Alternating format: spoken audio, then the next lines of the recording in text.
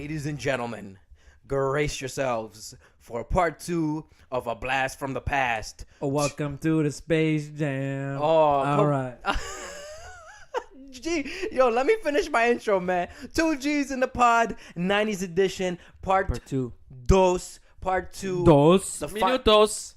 Final. Oh my God, George with the references, man. Bro, the Miami Heat reference. With all like the 36, fucking 36 hats of Miami Heat just laying all over the place.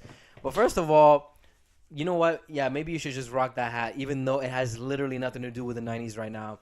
The Heat won 0 championships in the 90s because Michael Jordan took over in the 90s.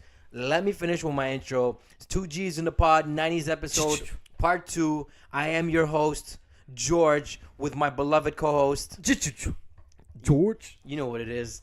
How you doing, bro? How you feeling right now? Good, brother. Good, man. Man, I'm feeling like the 90s, man. Are you still feeling nostalgic? I'm always feeling nostalgic, man. Look at the basement. Yeah, your basement is extremely I live in 90s right nostalgia. now. Definitely, 1,000%. So we are trying to wrap up the final edition of the 90s episode here. Yes, sir. This week, and Picking up where we left off last week. Yes, last episode we definitely touched base on classic throwback jerseys that we loved. Yes, sir. And can you just tell me, in your opinion, again, what was your all-time favorite? Forget the top 10. The greatest one for you is the greatest jersey for you in the 90s is From the 90s? Yeah. Oh, man. Fuck, man. You're killing me with this one. I didn't even want to give you one last week. I got to say the Vancouver Grizzlies, like the green one, man. I love that. Oh, shout out Man, to it's Mike beautiful Conley, look. man. Shout out to Mike Conley with the jacket. Yeah. Pre-post game. We should post that online to show the fans what kind of swag this guy is on. Like he looked like Black Jesus wearing a Vancouver Grizzlies Mitchell and Ness. You know what I mean? Oh, shout out to Mitchell and Ness, man. They came through, man. I'm telling you, a lot of rent money worth jerseys. We're talking like $700, $800, $900, $1,000 jerseys. Anyone that owns a Mitchell and Ness jersey, they feel that difference, bro. You touch the fabric, it's thicker. Yeah. Like the emblem is just A1. Everything is stitched perfectly, and it looks just like you envisioned it back when you were a kid. Like it's not a knockoff that you buy from a Chinese website. I was just gonna say, I'm like, you know that shit didn't come from ChengHangSong.com. Like, there's no way it came from one of. And by the way, JerseyBetties.com, bro. You can't be plugging the illegal motherfuckers who charge you $30 for the shittiest quality jerseys ever, man. But the jersey is made in the same factory by the same people, probably. But so it's just a knockoff. So it's all mafia related. Whatever, it's cool. It's the Yakuza. But yo, I need to address. It's the Yakuza edition, bro. Come on. Yeah. Yo, take that. I feel like there's a really good cheap joke that can be made in there, but I can't think of it right now. I look like I just took a line. So check this out. We promise there's no drugs in the pod. This is just the hottest salsa dip you ever had in your life, and we gotta give a shout out, man. What's the name of that company? Neil Brothers. How are you gonna be the whitest So we gotta name? plug the Neil Brothers, the hottest salsa in the game. How are you gonna call yourself the Neil Tastes super Brothers? good though. Fuck, man. Listen, man, these are the whitest people. There's no way you can be white and you come out here with the hottest thing. You know, habanero. The habanero is supposed to come from Mexicanero, man. It can't come from freaking Tacoma or Tulsa, Oklahoma, or anything like that. It doesn't make any sense. Tulsa, damn. Yeah. You know, I know my geography, man. So I gotta address something based on the last episode. I noticed there's an issue that I have when it comes to naming a top 5 list of mine, right?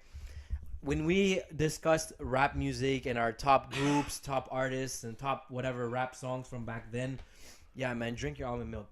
First of all, I didn't even mention all the actual GOATs. Like, in my opinion, these are like dudes that are among legends, such as M.O.P., the Wu-Tang Clan. Like, the fact that we didn't even mention, we should be thrown in chambers right now for not mentioning the Wu-Tang the Wu-Tang Clan. We can't disrespect the gods like that. These are like the legends among legends. Like, but our podcast, bro, it's not politically correct like that.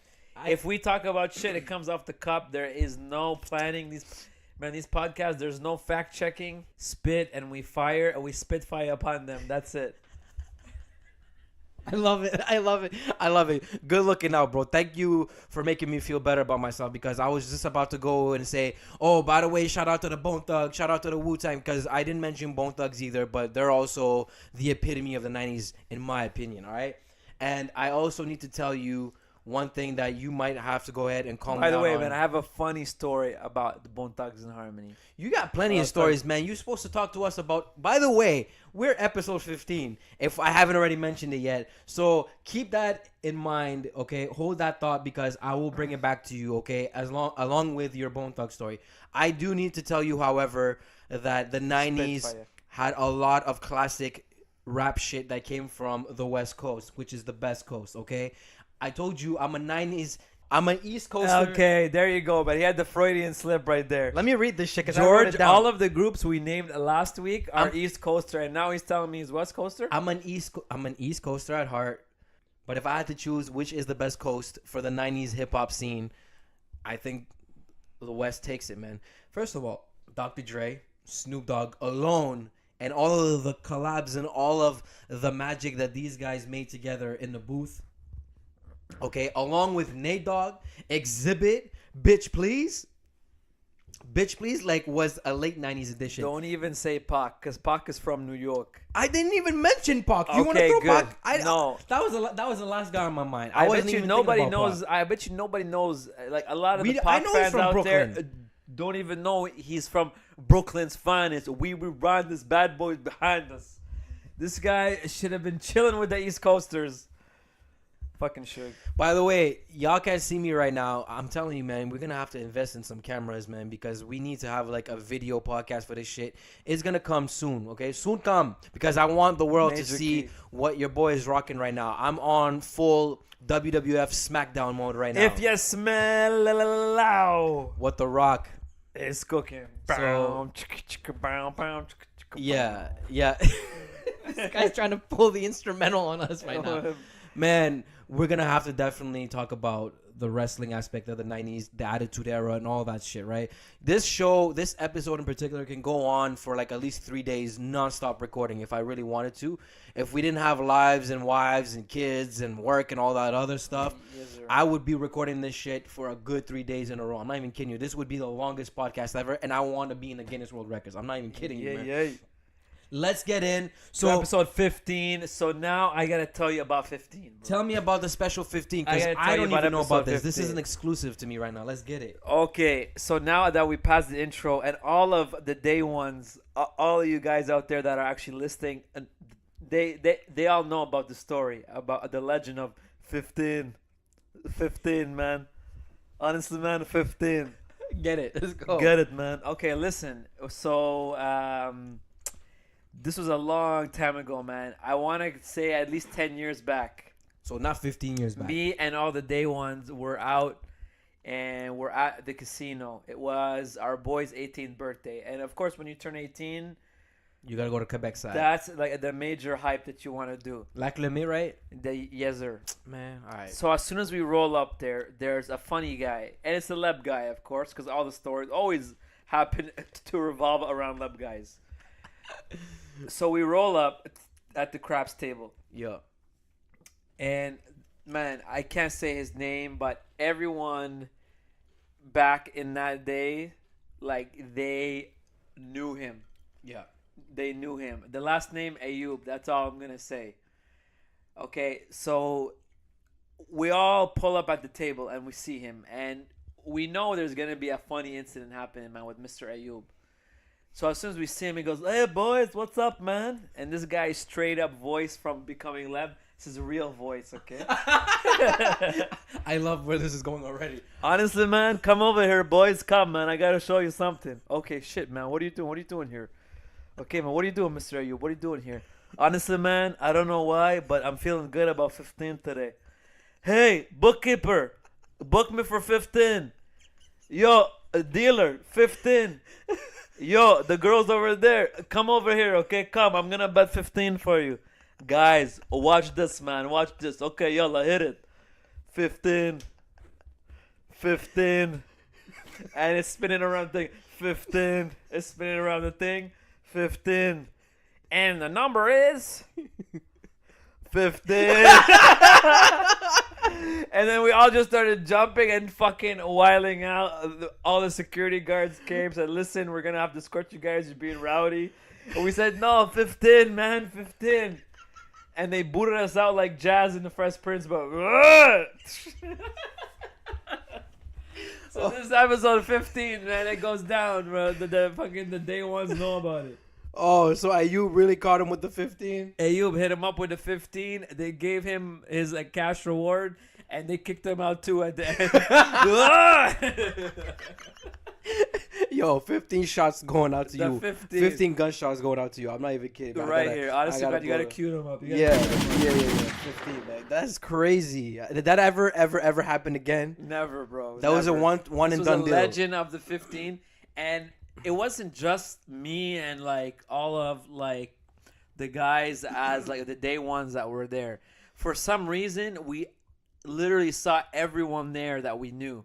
All the homies from Franco Cité, Franco West. For some reason, the Caz that night was bumping with all us young, ignorant kids.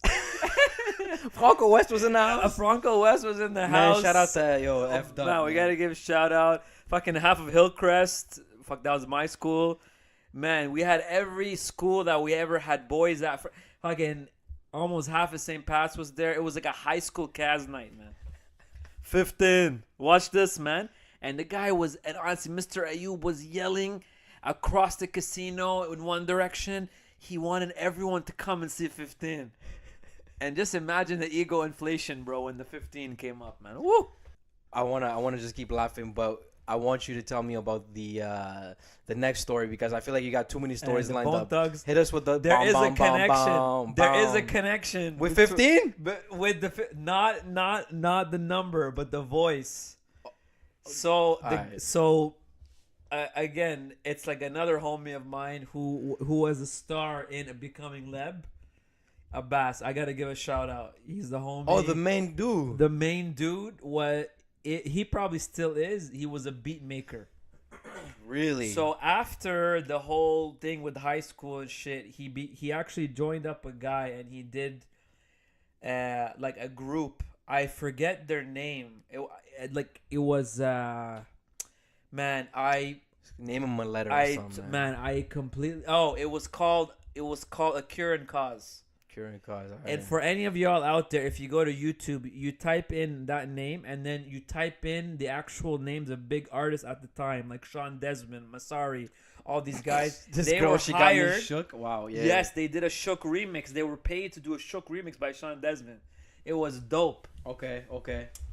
Anyways, so the actual homie, he went on his own once and he made a beat and he posted it online.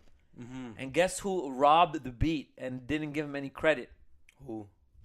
Bone Thugs and Harmony, bro. Get the hell out of here. The guy from Becoming Lab. A shout out to Abbas. Yeah. Bone Thugs jacked the beat. He heard it. He heard the track. And I don't know what happened after, but I had heard he got in touch and they ended up paying him. Do you know the title? Afterwards. The title of the song? I forget, man. This was so long ago, man. Oh, God. It was like 10 or 15 years ago, bro. 15. So there is a tie-in, man. The whole impersonator got beat jacked by Bone Thugs and Harmony. Honestly, man, what is this? Bone Thugs, man, I'm gonna have to retract my statement about you and say, yo, y'all canceled, bro. You know what I mean? Throw your ass out of the casino, man. Fuck that. Honestly, man. Nah, I mean, I still fuck with Crossroads, though. Crossroads to me was... Because Crossroads brings me back to a time, man. Like, that song, when it came out, you know, and plus it was a... Shout out to Eazy-E, you know, it was a whole... God bless. It was a tribute to Eazy. Yes, sir. What in your opinion, was the best tribute to a dead rapper, like a rapper that died? It has to be, and this is a track from, of course, the period that we're talking about. Has to be Faith and Diddy. I'll be missing you. I was just gonna... I'm sorry, man. That song, even now, honestly, when I hear it, I get angry. I think of what could have been and all that. And listen, I know, going back to your point about East versus West Coast in the intro, I agree. Like, the West Coast was a lot more stacked, but Biggie was so influential for me and to me, and he was my favorite rapper, still is, that just one Biggie to me out trumps a Snoop and a Dre and Exhibit. He trumps all those guys. Just the bangers he made, man, and you still hear his songs now, just as often as back then. Hypnotize. It's always on Hot 89. Fuck, I hate Hot 89. No shout out to Hot 89. Yeah, fuck. But they 89, always man. play. But they always play Hypnotize, man. His tracks are still bangers. But give me, yo, check this out. Because I want the motherfuckers dance. You almost sound like him. You're like 300 pounds short. That's all. That's it. But that line is from the film, bro. That was almost a triple entendre. Don't ask me how, man. Don't even ask me how. 300 pounds short. Oh. Listen. Man, I just want the motherfuckers literally dance. listen to Hypnotize. When you listen to Hypnotize, doesn't it give you a West Coast bounce when you hear that? Like, just listen to it. Biggie is so good. He made the best like California track. That's too. what I was gonna say. Like, the dude is a Brooklyn native, but he's the out guy here paying. even out California'd all of like the Californians, No, bro. no, Yes. he fucking did it. When the la hits the lyrics. Just split you. Hit so hard that your head can't fit you. What does that tell you? Damn. He's influenced. He's paying homage to the West Coast. That's and not. The guy was just trying to break the And- ice and avoid getting killed, bro. And And, then and ended up happening anyways. In LA too, like damn man, like R.I.P. Biggie, man. Listen, man, I don't want to shoot you, George. I don't want you to shoot me. I don't. By the way, I had a fucking dream last night about guns and shit, and I don't want to talk about guns right now. So. George is on some fucked up Yeah, shit. the dream started off with me wrestling with Undertaker and Kane. Then next thing you know, it led to dudes who I thought were gonna be participating in the Royal Rumble with So me. this is a good Pa, pa, pa, intro pa. to our next topic. Wrestling? This is wrestling. My memory, man. I have two memories. Sorry, I have three memories, bro. That's Memories?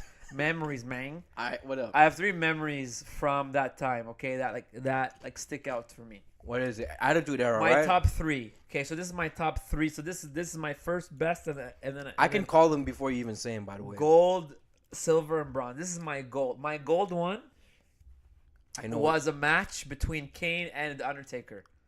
Oh, No, so this is my gold, bro. The Inferno match. They did a choke slam on each other at the same time. Tell me you remember that shit. I do. Tell me you remember that. They both put that, and then like the hair like fucking whipped back. yeah. And then they both obviously acted. They jumped and they both.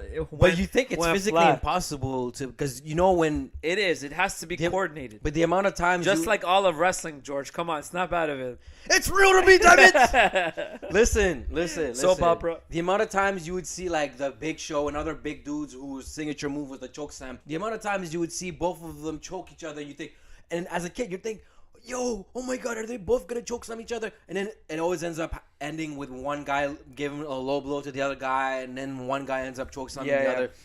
But you always wanted to see a double, and then it finally happened with the two brothers of Okay. destruction. So that is my gold. Okay, I love that scene. I was always a Kane guy. You're a Canaanite. You're a Canaanite. I was a Canaanite, and the older brother of mine, he was an Undertaker, bro. He loved Undertaker, and he used to choke slam me, and he used to fucking hit my head on the bed and shit. He didn't care. No F's were given. That's bro. a shout out to Mike, man. I love you.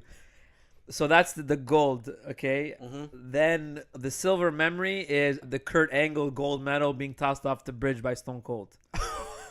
I was crying inside as a kid because I thought that was a real gold medal and I was panicking.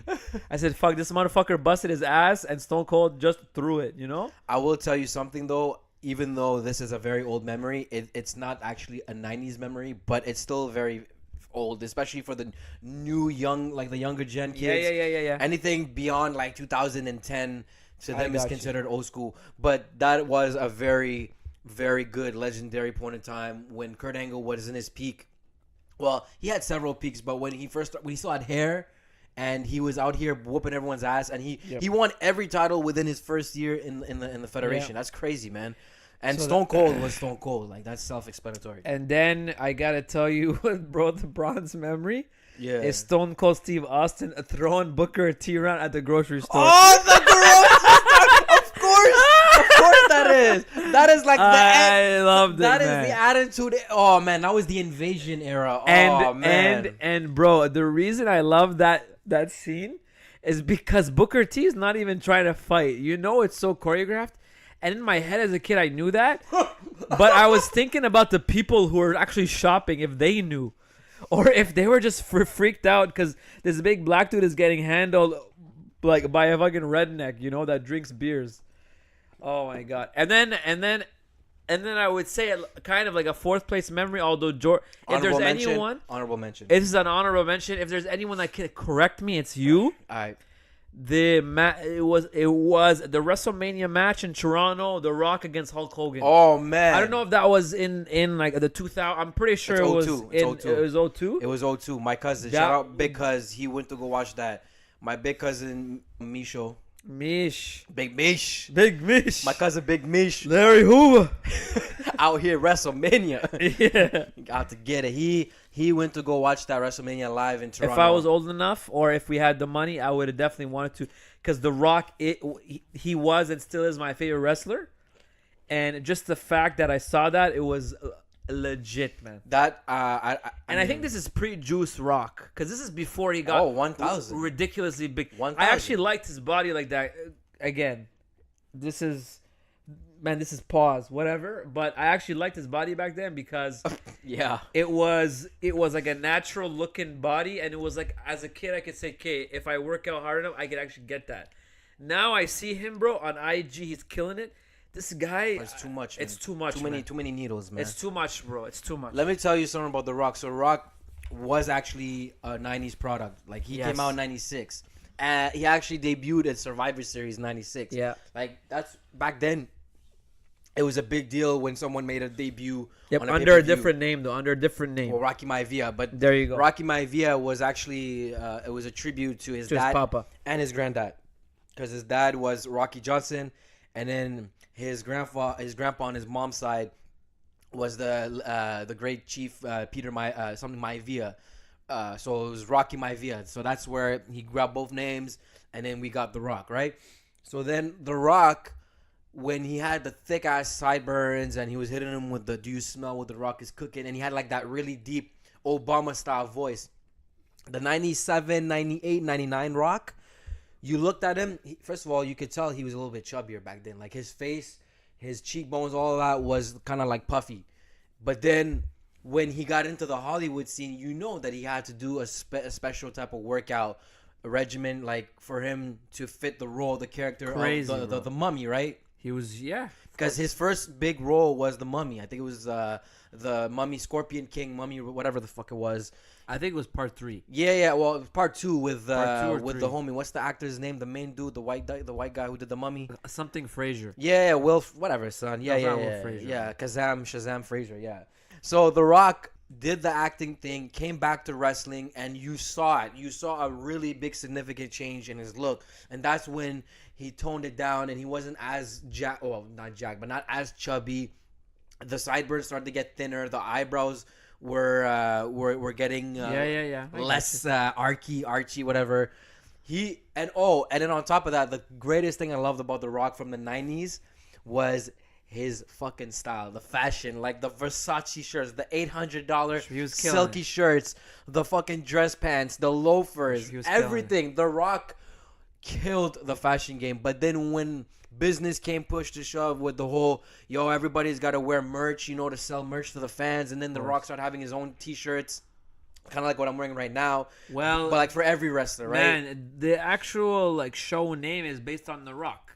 Yeah. He said, I'm gonna lay the smackdown. I'm gonna lay the smackdown on your candy ass. On your candy ass. And then Stone Cold, well, he had been on the whole, wearing your own a wrestler's merchandise t-shirt with the Austin 316. And then every other week, I'm not even kidding you, George, every week in the 90s, leading up until the early 2000s, post his big neck injury, Stone Cold was wearing a different shirt on every episode of Monday Night Raw. I loved it. I wanted every shirt that this guy was wearing. I owned all of his hats.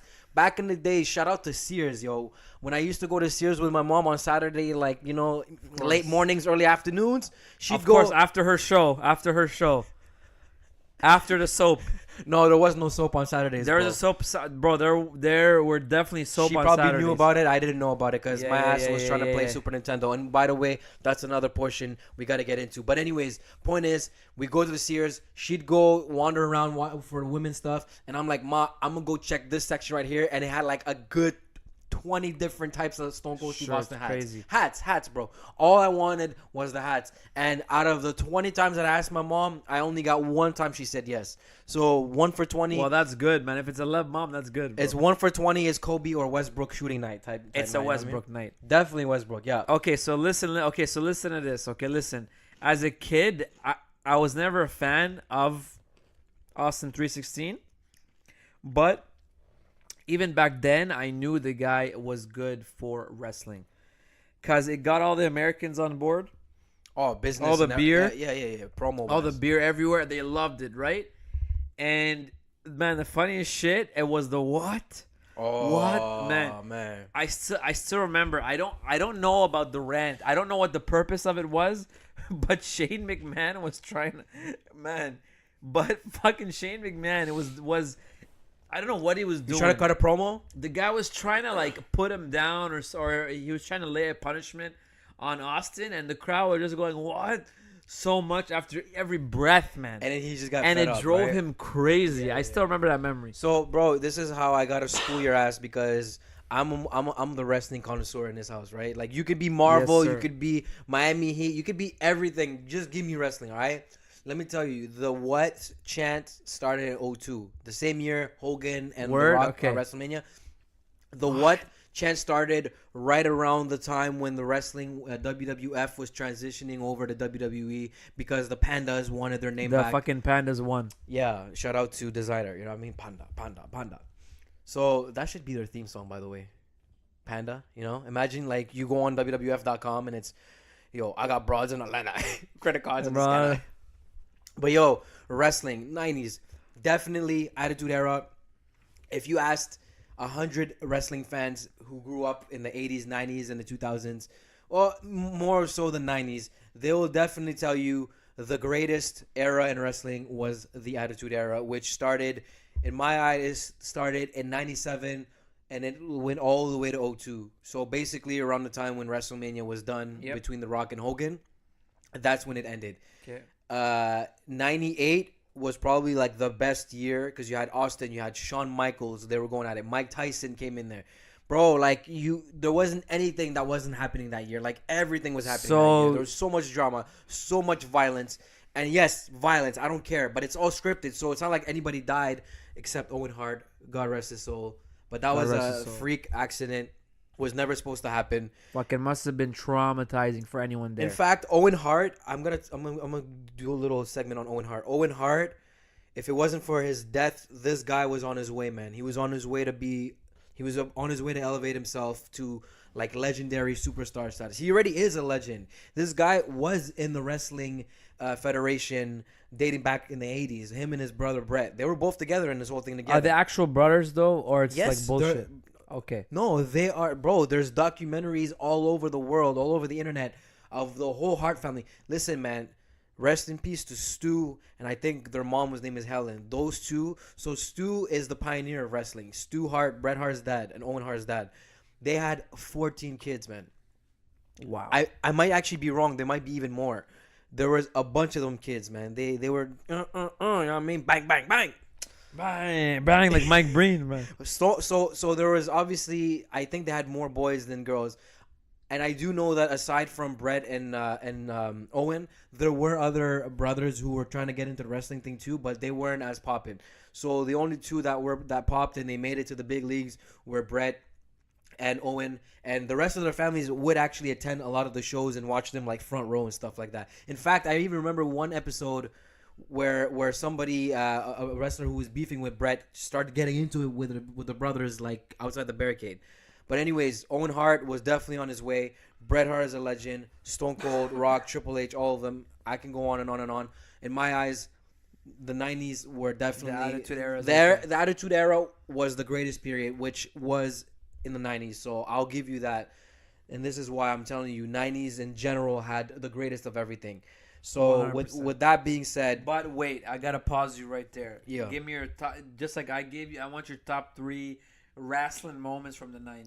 Don't explain ins and outs. Just tell me. Undertaker, Fire away. Undertaker throwing Mankind over the Hell in a Cell That and was almost killing him. Crazy one. I don't even think they planned for it to actually look like that. That was fucked. Number 2, rest in peace, Brian Pillman. He was also part of the Heart Foundation. He is a wrestler who died because he's looking at me right now. He's like, who? What? What? So Brian Pillman, him and Stone Cold actually were a tag team together. They were like the Fabulous Blondes or whatever. They were both back when Austin had hair. He actually had long I can't even picture him blonde hair. So when Stone Cold was starting his whole peak of Austin 316, all of that started after the King of the Ring. Stone Cold had a segment. He had a storyline with Brian Pillman, and the segment was called "Brian's Got a Gun." So Brian Pillman was injured. He was at home, and he was recording the camera and everything from home, and he was sitting next to his wife. Stone Cold said to him, "Yo, I'm coming to see you." Stone Cold showed up to this man's crib. This is WWF, bro. Primetime WWF. And then Brian Pillman pulls a gun and he aims it at Austin. And then the camera just went shh. What do you call it when the screen just goes shh, whatever? That's what the fuck happened. Crazy. That right there, another top moment right there. Another top 3 moment for me. Okay. So Undertaker and Mankind, Brian Pillman and Stone Cold. And then honestly, the third one, man. I there's too many, bro. I might have to change the third one, but I'm gonna have to say Royal Rumble 1999, Austin and The Rock. When Austin, I fucked that up. 1999 Royal Rumble, The Rock versus Mankind. Mankind had so many legendary moments in the 90s. The Rock basically killed him because he was smashing his head with a steel chair while being handcuffed. Mankind was handcuffed the whole time. It was an I Quit match, George. So The Rock basically pulled the microphone into the man's face for him to say I quit. He never said I quit. It was pre-recorded, Mankind saying I quit, and then Shane McMahon behind the scenes pressed record, so the whole crowd heard him say I quit. It was all rigged, bro. It was all fucking rigged. I just gave spoiler alerts to you, but I don't care. I don't get it. It's called like an I Quit match. So the way I Quit match works is you beat your opponent to the point where you make him say I quit. I get it. But explain to me the whole thing about Shane exactly. So here's what happened. There was it was a promo from previously that was done before the Royal Rumble that year where Mankind says, "You'll never hear me say the words I quit. I quit. I quit." So they took that part right there, that clip, and then they used it against him. So the storyline goes that Shane McMahon supposedly grabbed that clip and he played it for the whole crowd to hear. So he superimposed that shit. Yeah, and it was fake. And then embarrassed Mankind. While Mankind, but he was already laid the fuck out. Like he was knocked the hell out because The Rock was smashing the steel chair on his head, and not only was it, he was handcuffed. He couldn't even at least put his hands like this to protect his fucking his dome, bro. He couldn't even protect his own dome. Because most of the times in wrestling... Are you stupid? Are you dumb? Chrome. I had to give you the chrome. Most of the time when you get hit in the chair, now it's banned from wrestling. You can't do it anymore, yeah. Because of Chris Benoit and all that. But now, back then, when you get hit with the chair in the head, you would actually at least place your hands securely so that it would actually hit your hand more than anything. Anyways, that's wrestling talk. George... So now we gotta move into what are we moving in, bro? Move out. Move in to move out. What do you want to talk next, bro? We got shows. You want to do the shows, cartoons, or real like human shows? Both. Honestly, we'll start off with the cartoons, bro. Are we doing Aunt Becky? Shut up. Since she's kind of like in the news lately, you know what I'm saying? Maybe we could talk about Full House. For sure. Okay. Or do you want to do cartoons? Fuck it, do cartoons. Honestly, we gotta open up with the cartoons, man. I'm telling you right now, any fucking kid out there knows the best day of the week from the 90s was a Saturday morning. Everyone knows the best shows were on. True. You had too many shows to choose from. Me and my brother's personal choice. What is it? What? We were first thing at 8:30 in the morning. X-Men. George, man, you gotta find that song and you gotta cue that shit up right now. Bro, I'll cue it up, man. Don't worry, I got Homie. this, man. So this was the X-Men, the animated series, followed up right after by Spider-Man, the animated series. Both of these shows were iconic. These shows were a lot of kids' introduction to superheroes and comics. These were huge for the culture. These were culture changers. And if you watch them now, they still hold up, man. But fuck you, Netflix, because you took them off. You had them both on up until like Terrible. 6 months ago, and your motherfucking ass took it off. But that's okay, Terrible. because as soon as I get my hands on that Disney streaming service, It's over. I'm out. I'm out. Rubber, no doubt. I'm out. Biggie, tell him I'm out. Rubber, no doubt. I'm out. Anyways, those two, and then but I gotta put like a single show above both of those shows, and that's that show right there, bro, that you see on that wall, Batman the animated series. Batman. Every morning during the week before school, they would have a fucking episode. Really? It was on at the same time as Saved by the Bell, and I used to fight my sisters. I gotta watch Batman. No, I gotta watch Saved by the Bell. We used to go at it. If I was your brother, I would have took your sister's side because my ass was definitely watching Saved by the Bell. Shout out to Zach Morris and AC Slater. Shout out to AC. I was fucking in love with that show too. But Batman the animated series, man, I got 2 copies of it. I got all the DVD seasons and I got the Blu-rays, man. This show is fucking epic. This is another culture changer again. This was a show that it attempted first to try to build off the popularity from the Tim Burton Batman films from the late 80s to the early 90s, where they had like Batman being played by my favorite Batman actor, Michael Keaton. I gotta give shout out to Michael Keaton. No George Clooney? Get the fuck out of here. He's not in Batman. He was a one and done deal. He's whack. Anyways, Yeah, ER. so it actually attempted to build off of that, Yeah. but it became even more popular, even more of a pop culture iconic show, that it trumped that. And people don't even know about those old films anymore. If you say Batman and at the 90s, they think Batman the animated show. Yeah, yeah. Half of my basement is from Batman and the animated show. I love that shit, man.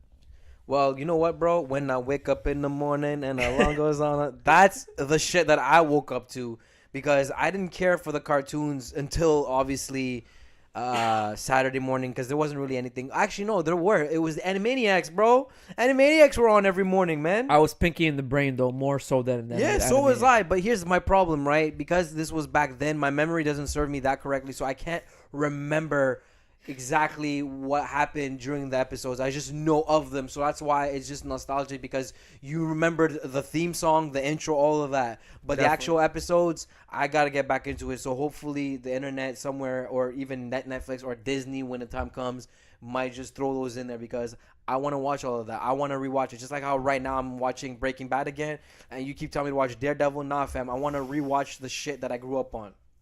Okay. So, bro, I want your favorite show from the 90s. What was your favorite? If you have to pick one. Fresh Prince, man. The Fresh Prince is mine too, man. I don't know. That show, man, it holds up, and it's on Netflix. It's a quick Was hitter. on Netflix. Don't tell me it's gone now. They been took it off, man. That's crazy. They're bipolar, man. Netflix, they like to take stuff off and then put it back on, and take it off and put it back on. All of these motherfuckers be putting their own shows on there. Half of their shows suck. Yeah, like the Netflix originals. Yeah, they suck, bro. I Like know. the movies are even worse, man. Man, they took off for the Fresh Prince. Yeah, man. Man, I'm heartbroken. Fuck you, Netflix. Anyways, So Fresh Prince, I'm man. telling you, that show, it's a 22-minute fast hitter. the jokes come quick, all the scenes move quick, the story comes quick. For assholes like us that have like ADHD, man, it's a perfect show. But It's a quick hitter, man. It's not like Family Matters that I think was like that was like 1 hour each time. no, No, it was also 30 minutes. it was 30. Man, it seemed so. It was going by so slow though. Now Because- that I look back in comparison, because Fresh Prince was solely revolved around comedy. They did have sad moments, of course. They did. But it wasn't like the saddest moment to me on TV was when there is a dad rejection against Will, and he goes and cries to Uncle Phil. God rest your soul, Uncle Phil, the best uncle father figure in TV. I'm gonna give a shout out to my cousin right now, because my cousin is the only human being in the world that can make that scene, which is supposed to be sad and make you shed tears, but he reenacts it in a way that makes you want to fucking burst out laughing. And I can't do it right now because Why doesn't he want me, man? Nah, fam, you can't. No, I can't. Nah, it's only him. Like, I can't do it right now because he's gonna. I need to have him on the show one day. Shout out to my cousin Andrew, man. Andrew kills that freaking scene, and every single time we watch it together, all we do is die laughing. He's like, You think I want this? It just happened. George, man. By the way, bro, the dad was the worst, man. The dad was the fucking worst. You too, Lou. It's Yo, not a funny thing, man. I look like I got ADHD It's right sad now, as man. fuck, bro. I'm laughing at shit I'm not supposed to be laughing at, but that's your fault, Andrew. That's you, bro. You made me like this, man. This is all you, bro. I put all the blame on you. But shout out to you because you made this shit really funny, and I don't want to be crying when I'm watching Fresh Prince of Bel-Air. I want to laugh my ass off, man. Even when Carlton had the gun and he wanted to shoot and shit like that, and then Will was like, give me the gun, and all that. Like, hands down, though, best show from, I gotta say, from the 90s. oh, yo, hold on. I got to argue with you, though. I want to talk shit with you. Tell me. Because as much as we love Fresh Prince, there were some dark times in Fresh Prince. Because Fresh Prince really, to me, okay? Me, myself, and I. First season, gold. Second season, gold.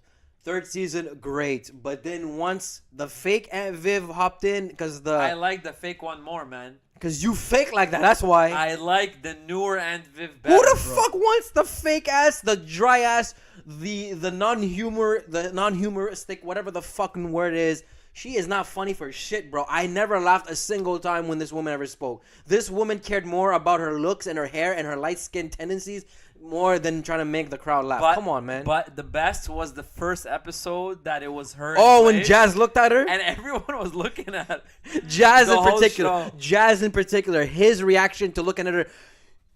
You look different.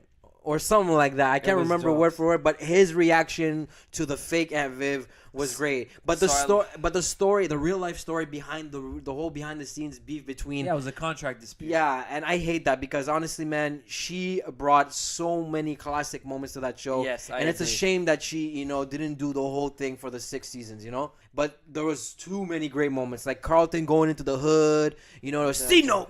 I love that. I freaking that's actually my favorite episode. Word? Yeah. Ooh, fuck, Yeah. That's a good topic, though. My favorite Fresh Prince episode. I missed the old house too, Oh my season 1, God, man. bro. I don't even know what my favorite episode Do you would love be, the man. first house more than the second house? I do. Remember, like the setting in the first house? I do, yeah. Man, my favorite episode. That's an epic question, bro. We're gonna have to talk about that later on in life because right now, Crazy shit. I told you, bro, we could go on for 3 days, man. So aside from that show, for you, what other shows are All up the there? shit that you were arguing about with your sisters, those were my favorite because I woke up to these shits and I watched the reruns too.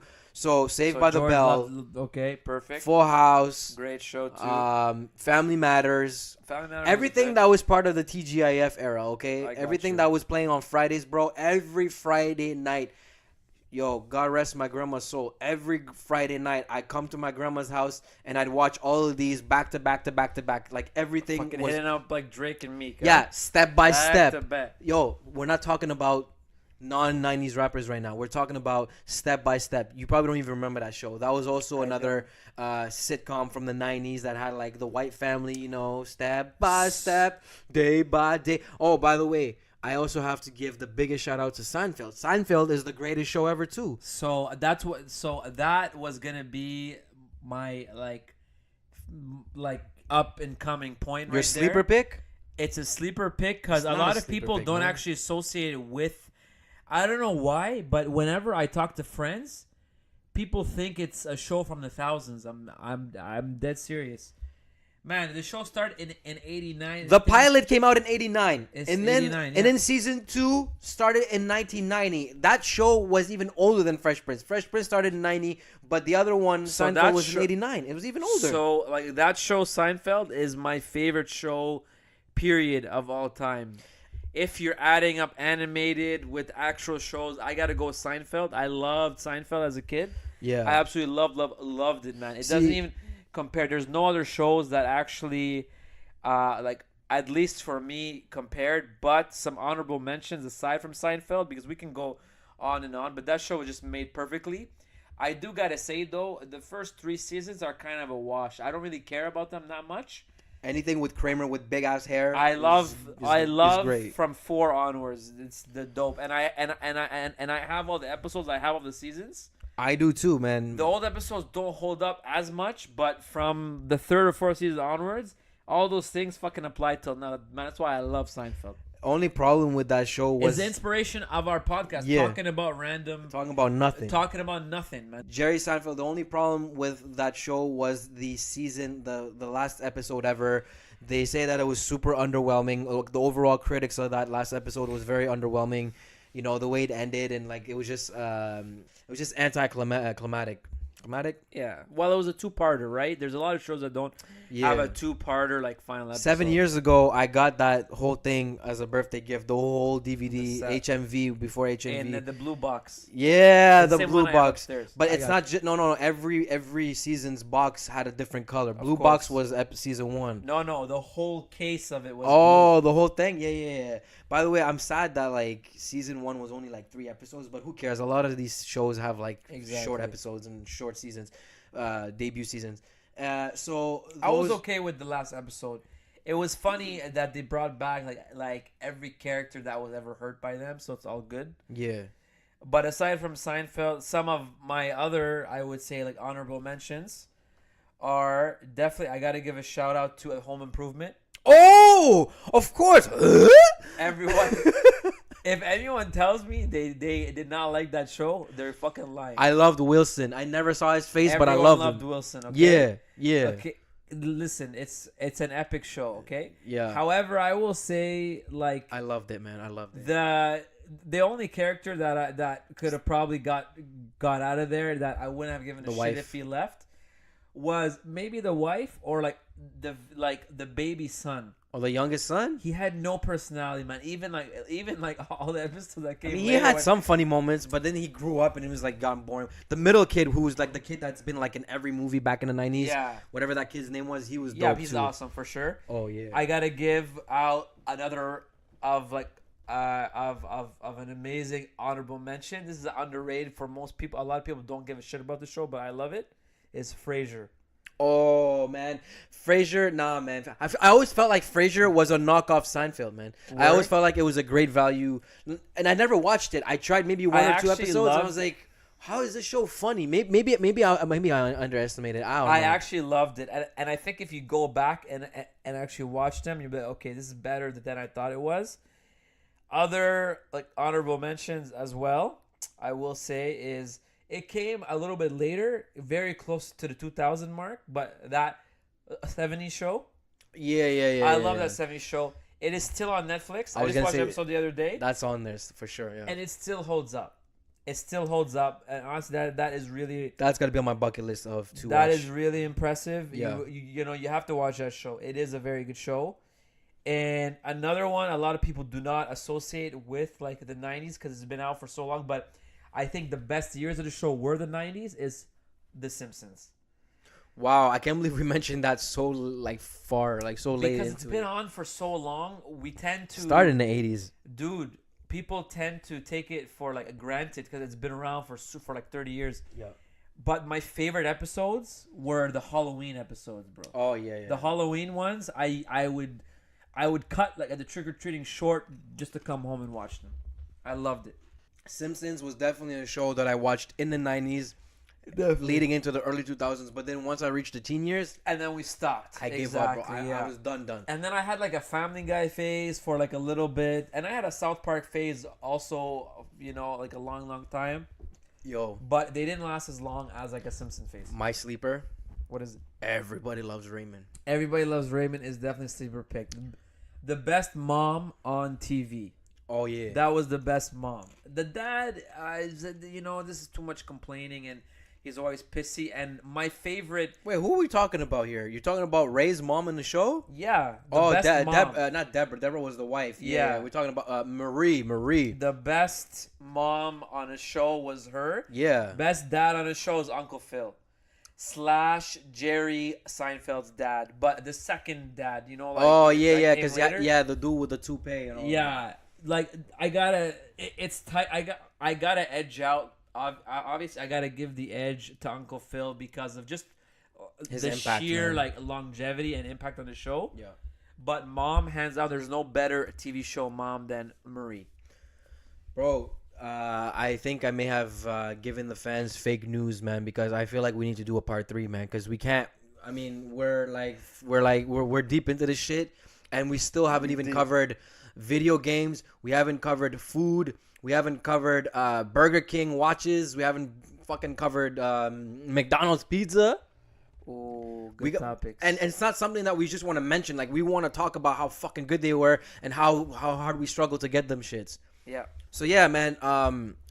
I do think we're gonna have to actually extend this. We're gonna give them a surprise extension, Part 3, and we're gonna do a trilogy for sure. Yeah, because every good film or TV show, film series has a trilogy, bro. sadly, this is a very old one. Even though it actually was a '90s trilogy. Well, the third installment, The Godfather's trilogy, though the third installment was trash, right? Trash, but ours is not gonna be trash. Oh fuck that! We're the opposite of trash. All y'all motherfuckers love McDonald's pizza. Our third installment is gonna be like how I was balling lately at the gym, man. Just the most randomest shit, just for us to like tie in any of those like extras that we got. Yeah, because we gotta have extras. So, anyways, extra. this was episode 15 of the 2Gs in the pod. We hope you enjoyed it. I loved it because I'm just reminiscing and The nostalgia. And I'm gonna say once, and I'll say more than once, and I'll say it forever. 90s was a great time to be alive for us as children, and we will always cherish that decade forever, right? And a parting shot. It is not even a shot. A parting advertisement. Dunkaroos available nowadays only on Amazon.ca and not even .com. So go get your Dunkaroos if you're hungry. So then Canadians won. All right, cool. That's it. All right, thank you very much. We'll see y'all next time. 2Gs in the pod. Peace.